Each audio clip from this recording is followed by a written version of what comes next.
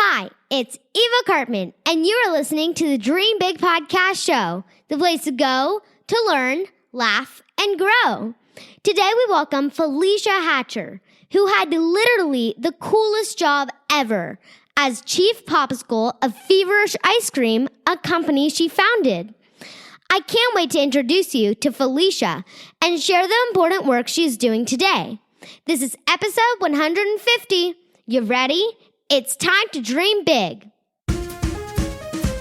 Welcome to the Dream Big Podcast Show. We're inspiring you to shoot for the moon, take aim and go. We bring to you amazing guests who truly love what they do. Every day they're living their dreams, and so can you. Dream big, take action to reach your goals. Are you pumped yet? It's showtime, let's rock and roll.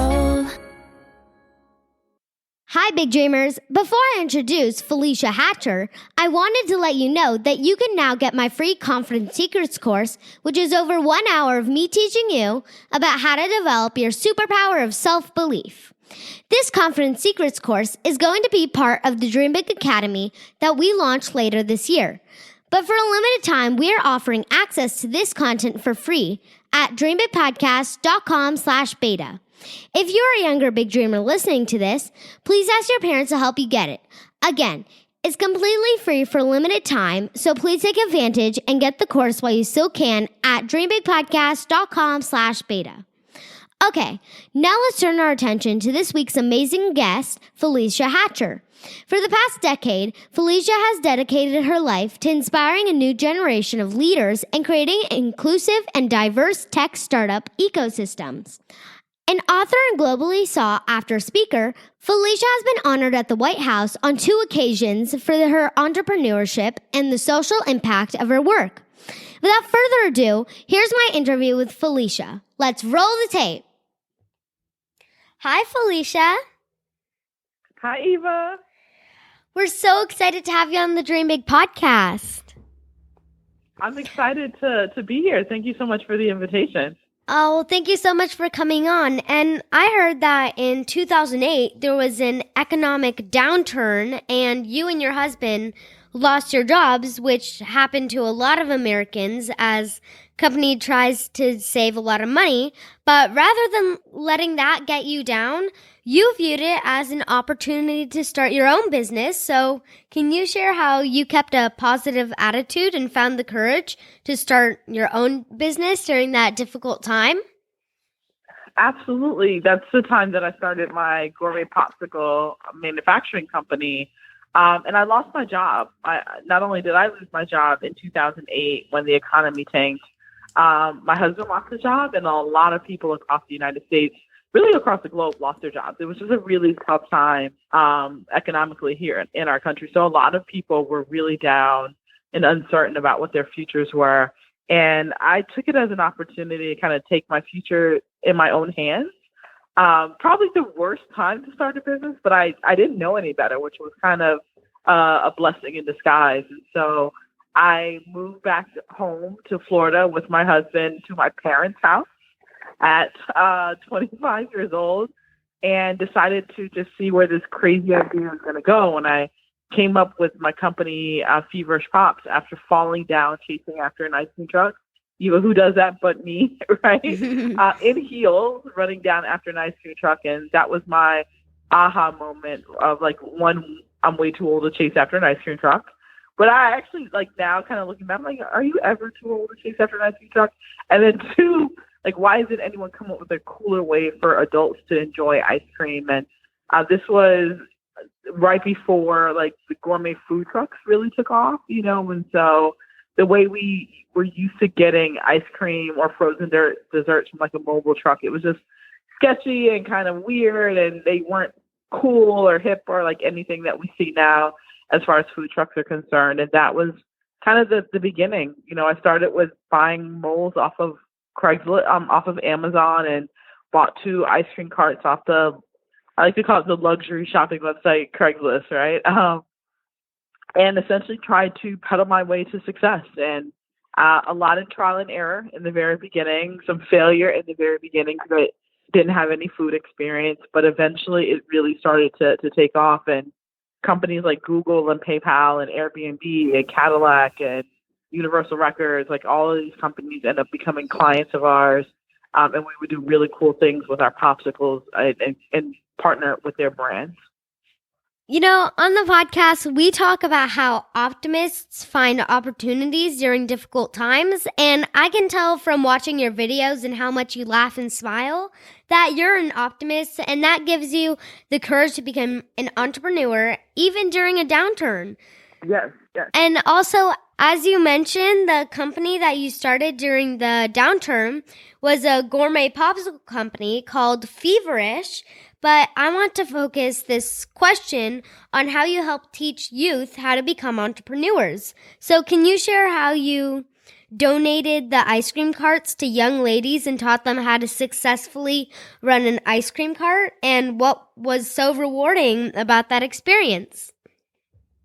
Absolutely. So, I mean, because my husband and I started our company after both of us losing our jobs in 2008, we had a mission to either donate a portion of every popsicle that we made, either to a youth organization that was committed to helping youth become entrepreneurial or helping youth launch technology companies or tech ideas. And so the first program was called Poppreneurs, and it was exactly that. Like, we brought young girls into our shop, we taught them how to make pops, and then we would donate our carts to them, carts that we weren't using, and show them how to start businesses. And it was, again, like, as much as it was a really interesting time for us starting a business, for young people across the United States, but especially here where I live in South Florida, you know, the unemployment rate for teens was over 30%, which was 3 times the national average.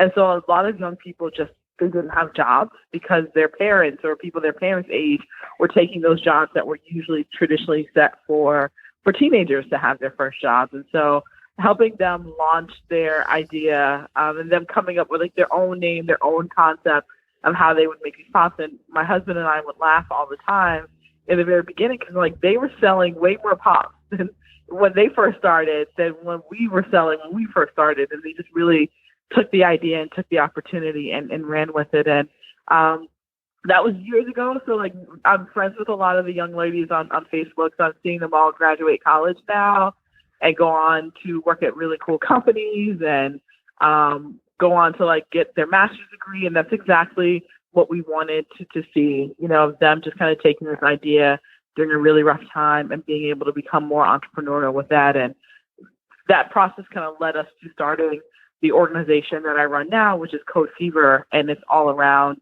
not just helping young people and also adults learn about entrepreneurship, but then also help them learn about technology, get the training that they need, and then ultimately catapult what they're doing within the STEM and tech industry as well. You know, as you mentioned, one of your more recent interests is getting resources to the African American community in Miami to help the level of the playing field in the technology sector and give the African Americans the training and mentorship that is needed to launch and run a successful tech startup. So can you share how the nonprofit Code Fever is accomplishing this bold mission?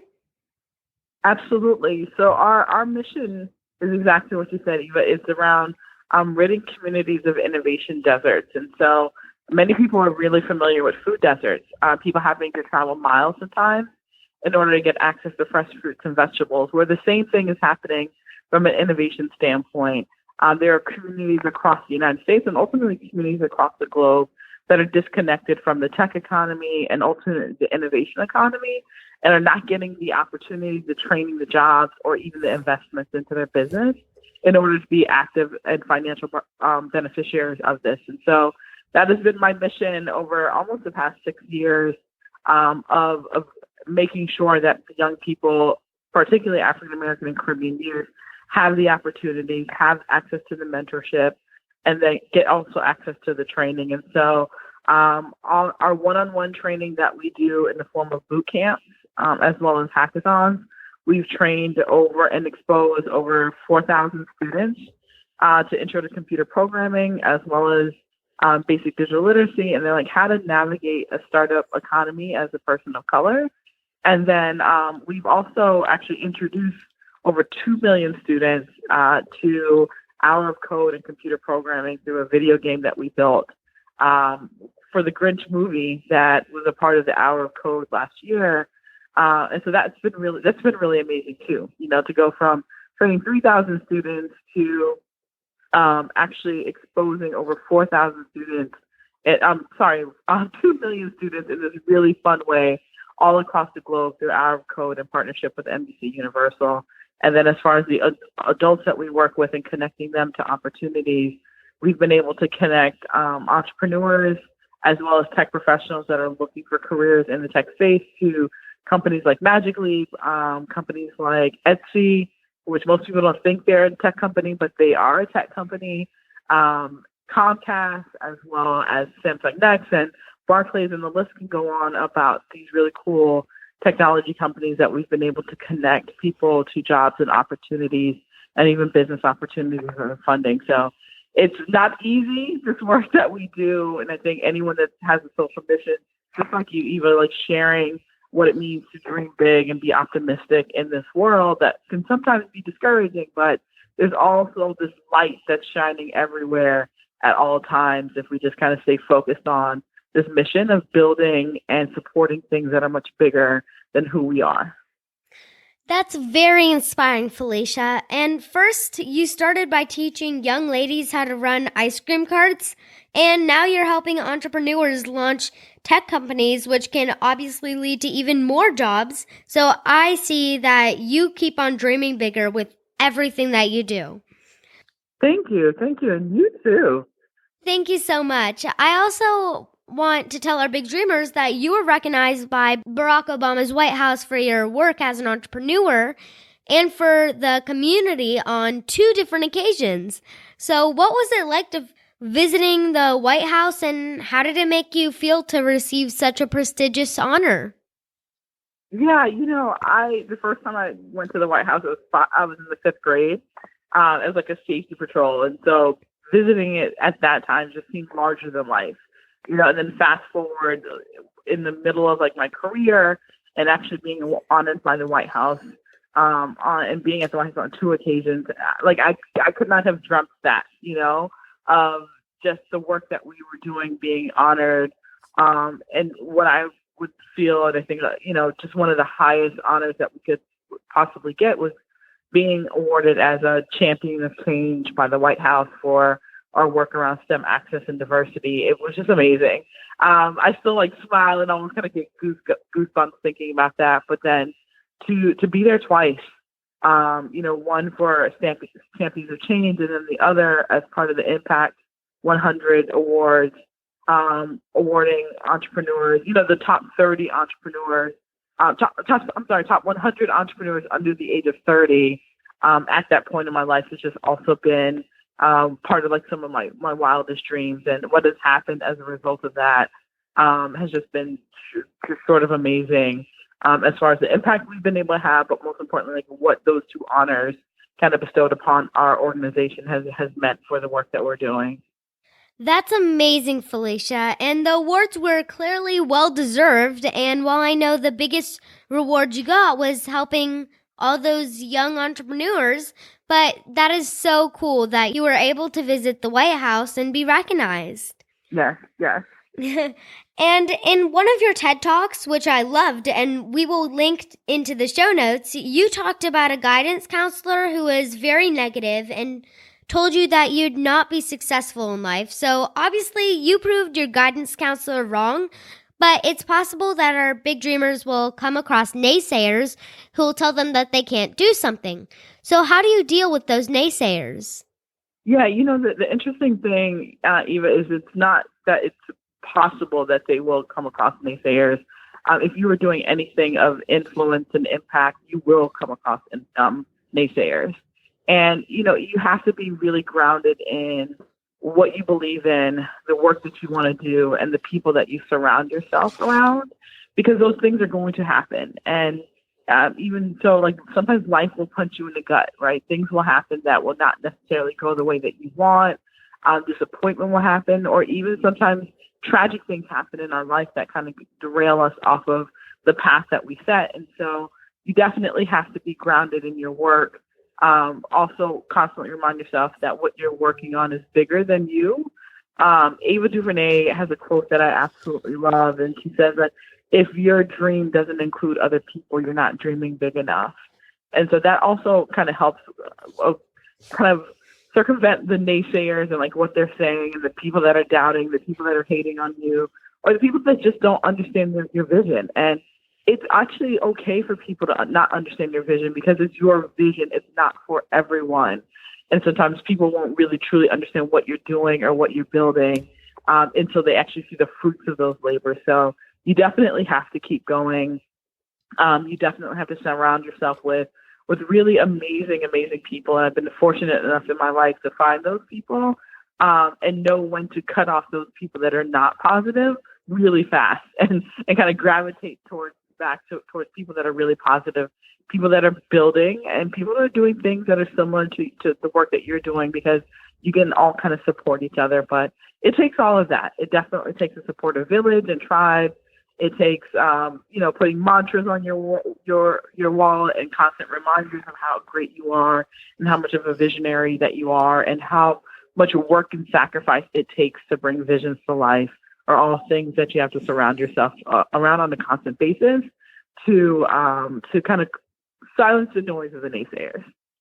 I love how you turned your guidance counselor's negative self-talk into motivation to prove her wrong. Because in life, you will definitely come across naysayers or haters or bullies, but you shouldn't let those people ruin your dreams, but just turn it into motivation, into a challenge where you can prove them wrong, and more importantly, prove to yourself that you can do it. Absolutely. So I have a couple last questions before we wrap up this interview. If you go back in time and talk to your 10-year-old self, what would be the best advice? Oh, what would be the best advice to my 10-year-old self? It's actually very simple advice. It would be to ask more questions. I think so often we limit ourselves because we just kind of take things that are given to us or things that are handed to us, and sometimes we put ourselves in what I like to call self-imposed boxes that don't allow us to be more creative. And I feel like a lot of times we end up in that space because we aren't asking the right questions of the people that are around us or the advice that we're given, and we just kind of assume a lot of times. And so asking questions reminds you to be extremely, extremely curious. And I have a 5-year-old daughter right now who asks a lot of questions, and I never want her to change that curiosity that she has about people that are around her, the experiences that she goes through at 5 years old, or the discovery that she wants to have about life. And I think as long as we can kind of maintain and hold on to that childlike creativity and curiosity, you'll live like a really amazing life. So that's what I would tell my 10-year-old self. Like, just continue to ask a lot of questions, continue to be curious about life, and that will lead you down a really creative and awesome path. That's great advice. Like, I have a 4-year-old sister, and she asks so many questions as well. Right. Yeah. What trait do you have that has enabled you to take your big dreams and make them a reality? I have a really high tolerance for risk, and that would definitely be, I would say that and perseverance. But like, I have tried so many different things, and I have failed more times than I can ever be able to count. So I'm not afraid of failure. I'm not afraid of risk. I'm not afraid of kind of betting the house on this idea or this thing or people that are around me. And a lot of people are. They're extremely, extremely fearful. But, we all have an expiration date at one point. Not to sound morbid, but we do. And so your life is really measured about the things that you do in between the day that you're born and the day that you leave this earth. So like, why not take those big risks? Why not bet the house on the ideas and the things that you're most passionate about? Because ultimately, I think that's how you leave your stamp on the world, and that's how you become most impactful. For sure. You have already made many of your dreams a reality, but if you look at yourself today, what's your big dream for the future? Ooh, my big dream for the future. My big dream for the future, I do a lot of work around diversity and inclusion, of making sure that, especially if young people have a dream, that there's everything that's within arm's reach around them to support and catapult that dream. And so, my big dream for the future is that that's actually the case, and that is something that happens all across the globe for young people, that there's nothing or no barriers or stand in the way of them being able to find their zone of genius and build whatever excellence it is for them that they want to have and the impact that they have on this world. Unfortunately, that's not the case right now. A lot of young people, and, there's a famous quote that talent is equally distributed, but opportunity is not. And so my big goal is to make sure that opportunity is equally distributed across zip codes, just like talent is. That is one of the best dreams that I've heard yet. And before we close out this interview, I have one last question for you. Where can our audience find out more about you? Sure. The easiest way is probably my website, and that's FeleciaHatcher.com, and that's Felecia with 2 E's, so FeleciaHatcher. And I'm actually literally at Felecia Hatcher on everything online, just so it's easy for me to remember. It's easy for other people to remember, but search Felecia Hatcher on any social platform, and you can find me, and we can connect and have a really good time, an impactful time. Thank you so much. Remember, big dreamers, don't let the naysayers get you down, and dream big. Find Felecia at Felecia Hatcher anywhere. Thank you, Felecia. Thank you, Ava. Thank you so much. Bye. A huge thank you to Felecia for such an insightful interview. Her journey is so inspiring, and I love how she not only has been successful, but has also dedicated her life to making others successful too. As always, all the links to everything we discussed are on our show notes at dreambigpodcast.com/150. Did you enjoy this special episode? If so, please tell your friends and family about the Dream Big podcast. If everyone listening can just tell one person about this episode, that would lead to a chain reaction that would get the Dream Big podcast in front of so many new people, which would be amazing. If you haven't already, be sure to hit the subscribe button so that you can be notified when we release a new episode. Finally, if you're interested in being part of the Dream Big Academy, please go to dreambigpodcast.com/beta, and right now we are giving away the Confidence Secrets course for free. Have your parents go to dreambigpodcast.com/beta to get the free course that includes over 1 hour of me teaching you how to become more confident, which is the key to achieving your big dreams. Thank you so much for tuning in. This is Eva Cartman reminding you that you have unlimited potential. Your dreams are not optional. You need to make them essential.